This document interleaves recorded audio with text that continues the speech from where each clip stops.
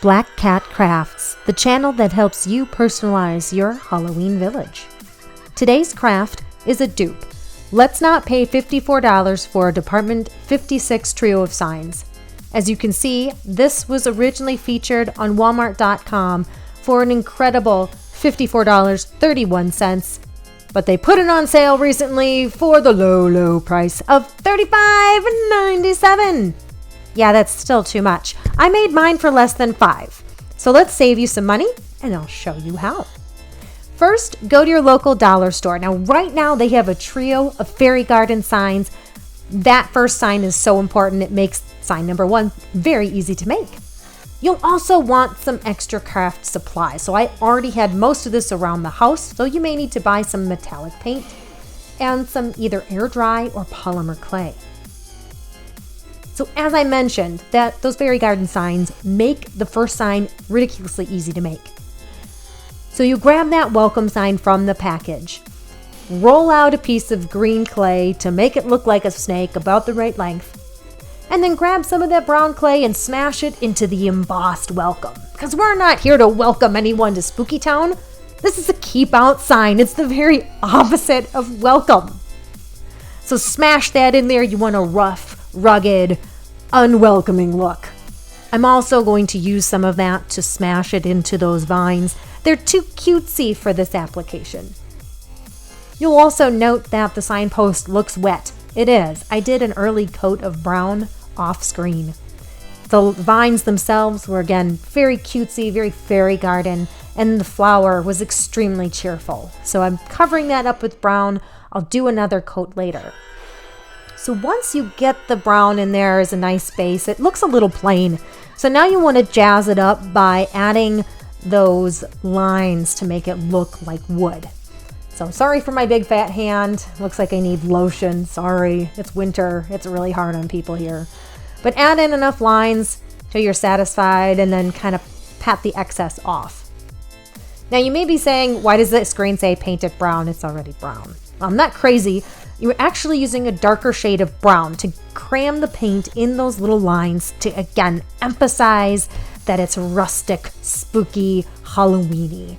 So I'm using a dry brush technique here. The dry brush puts a minimal amount of paint on the brush and then scrubs it into the depressions, into the low parts.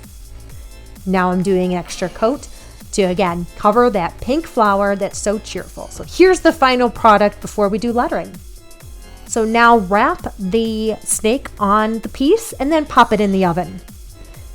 Now, this type of clay cures at 200 degrees. That's not hot enough to melt the plastic. So as you can see, it looks exactly the same as before, only the clay is dry. That's ideal. So don't worry about using these on low temperatures in your oven. Now here's where the personalization comes in. You do not have to do a duplication like I am unless you want to. So I'm using paint to put the lettering on the sign. Now, I did that on purpose because your regular alcohol ink, like a Sharpie, it may not give you the look you're looking for. So the surface is very rough, and those alcohol ink pens, especially the fine tip ones, have a very firm end, and it won't get in the little bumps and grooves in a legible way. So I like to use paint and a very fine paintbrush. I'm using a very similar one, very fine, to do the skull. It's basically one big dot, one little dot, and then I did use a Sharpie for the eyes. As you can see, the first sign's done. So the second sign and the third sign have graphics. I used Microsoft Word and free stuff from Creative Commons and the free fonts to make it. It was very easy, took me less than 10 minutes. The sign that you're making now is very heavy. So it has that bat at the top. So the most important part of this sign is the bottom because it's the counterweight that will make sure it's not going to fall over a lot. So the Department 56 sign had a very large, what looked like a stone at the bottom, large and flat. And then, honestly, what I'm crafting now, to me, looks like a giant piece of head of cabbage. And that is the most important part, the counterweight that, again, will keep your sign very stable, keep it from tipping over unless it's on a significant incline. So what I'm doing is I'm pinching little pieces of green polymer clay When you do that, it does kind of look like a leaf. And then I'm pushing them firmly into the ball in the middle and using a pencil to help persuade them to look the way I want. And I'm just repeating the process again to create what looks like a large, very spooky head of cabbage. But here's the finished product. So simple, easy. I think they're going for grass. For the signpost, I used a toothpick.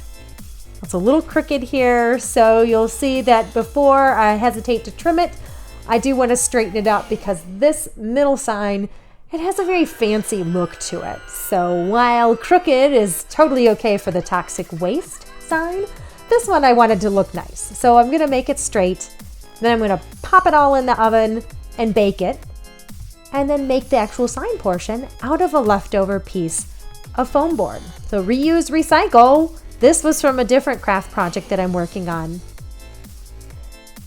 The basic form for this sign almost looks like a headstone with lettering on the bottom.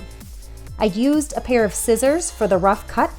The scissors does crush the foam board before it cuts it, and I didn't like that look, so I'm using a razor knife to get a more precise edge. I was very happy with this look. Just be careful you don't cut yourself. We're trying to make a spooky town, not add blood to it and summon a witch. Now, as I mentioned, it does dent, so you saw me kind of creasing it a little bit, again, to give it an overall nice look. I created a bat off screen. This was extremely frustrating to do with Sculpey clay, so my recommendation is to find a bead or a charm that you can glue on the top to give yourself some peace of mind to make it easier. Now cut out the paper. You'll notice this is basic printer paper, and I used my at-home printer. The thing's a dinosaur. I'm surprised I can still get ink for it. I didn't use any special settings to get this to look nice. This is your basic printer setting, so I didn't need to use fancy printer paper or the fancy print setting in my printer to get a decent look. So super easy. Keep it simple as much as you can. Now to attach, we're going to get out that Mod Podge and a paintbrush. So the important thing about this is that you need to realize that printer paper will curl when it gets wet, and the Mod Podge is water-based. So I'm going to start by putting a nice, thick, but very uniform coat on the piece.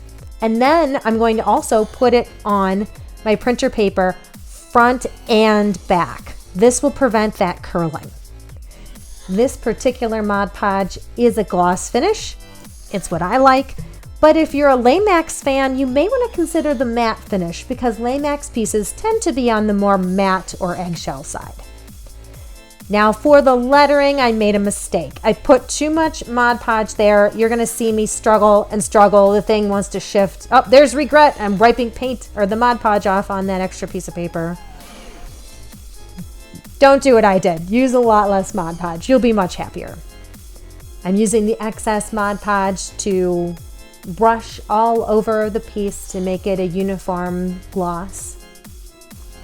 And you can see I already painted the signpost. I did it with a basic black dollar store paint that you saw in the initial image. So now set this aside, let it dry, and then attach it to the bottom piece, and you're done. So let's make that last sign the toxic waste sign. This one is probably the most difficult, but I thought was the most fun, and it was the most rewarding because you're taking such basic pieces. I mean, this is just regular printer paper and a free graphic of a skull and crossbones and a recycled piece of foam board.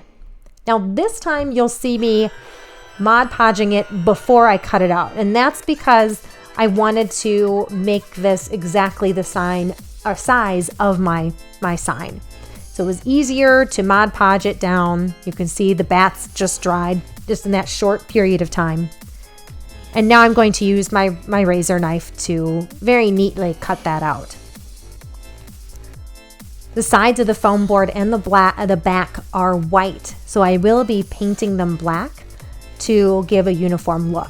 I did the same thing with the dead end sign, the one with the bat that you see on the right hand side. So again, just basic dollar store paint. I did not have to buy any special paint. And you can already see that the Mod Podge has dried. It's already a nice shiny look. So as I mentioned a little earlier, all I'm doing here is using your basic black dollar store paint, and I'm attaching the post for the toxic waste sign. This is also a toothpick, and it's also been painted black with the same dollar store paint. One thing that did happen, you can kind of see right there was a crack in the back. When I inserted the stick, it did crack the foam board. I'm using Mod Podge to glue it together. Mod Podge can be quite sticky and works very well to stick this together, so no problem there. It also mixes nicely with the paint. So in some instances, you might find yourself mixing Mod Podge and paint to make your project faster, more efficient, and cut down on steps. So there we are, almost done with the basic piece, the sign. Now let's craft the bottom. Now that barrel actually started as an empty hand sanitizer bottle. You just twist off the top, and that's the bottom of the barrel. For the bend in the barrel, we're actually going to open the lid slightly, and we're going to fill it with hot glue, and we're going to let it dry to keep it cracked open. And then we'll add additional hot glue as we go to build the curve. Now this part is, I'm not going to say difficult, but definitely takes some careful planning and practice because the glue runs, it's very hot. So you'll use an extra piece like that to smear it around to get it to have a uniform, nice look. We're looking for Spooky Town, not Sloppy Town. So then you'll add additional hot glue for any low spots, again, flattening it out so you can get the look that you want. So that's going to look great, nice and even. I have it upside down there. That's not how it's going to go because I want to trace the lid. So the original had a lid that was partially ajar and had toxic waste, green toxic waste oozing out. So I'm reusing a piece of scrap foam board, cutting a circle out, but it is a little bit thick. So I'm going to cut that black piece off. Now you could use regular paper for this, but because I'm not using Mod Podge, I wanted a paper that was already a little thicker. And that black foam board paper, I think it's been laminated or waxed in some way because it's got that smooth feeling to it. It's just more durable than your regular printer paper, but do whatever works for you. So you do you. So once I've cut it out, I've got it exactly the shape I'm looking for. I'm just finessing right there. I'm going to attach and do the fun part, which is the ooze, the toxic waste oozing out. So when you're making the toxic waste, you're going to use hot glue. You'll notice that I'm starting at the bottom and pulling up.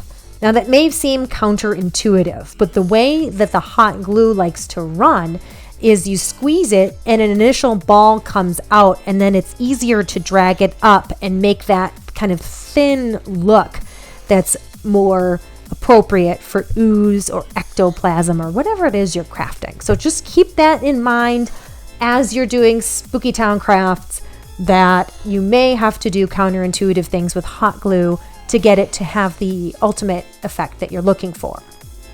So this is hard to see because it's clear on clear, but once we paint it, it will pop. So at this stage, I used thread to make the seams, basic thread, and then I spray painted the whole thing silver with that metal paint. Now I'm going to attach the sign that you and I made earlier. Attaching the sign is as easy as popping it in a dollop of hot glue. I do want it to look a little crooked, but not too crooked. So here I am encouraging it to be the right amount of angle and adding a touch more hot glue just to make sure that the whole thing is durable. I'm also adding some hot glue at the top, As you recall, the sign originally had some toxic waste stuck to its top. Don't know how it got there, but hey, this is Halloween Town, anything goes. So using hot glue to add quite a bit of slime or toxic waste to the top. A little bit more than the original, but I really like how it turned out. Last step. We're almost done. Let's paint the toxic waste green. Again, I blended dollar store paints together, so I used the green and the yellow to lighten it up, and I'm dabbing it on. This really takes no artistic talent other than a steady hand.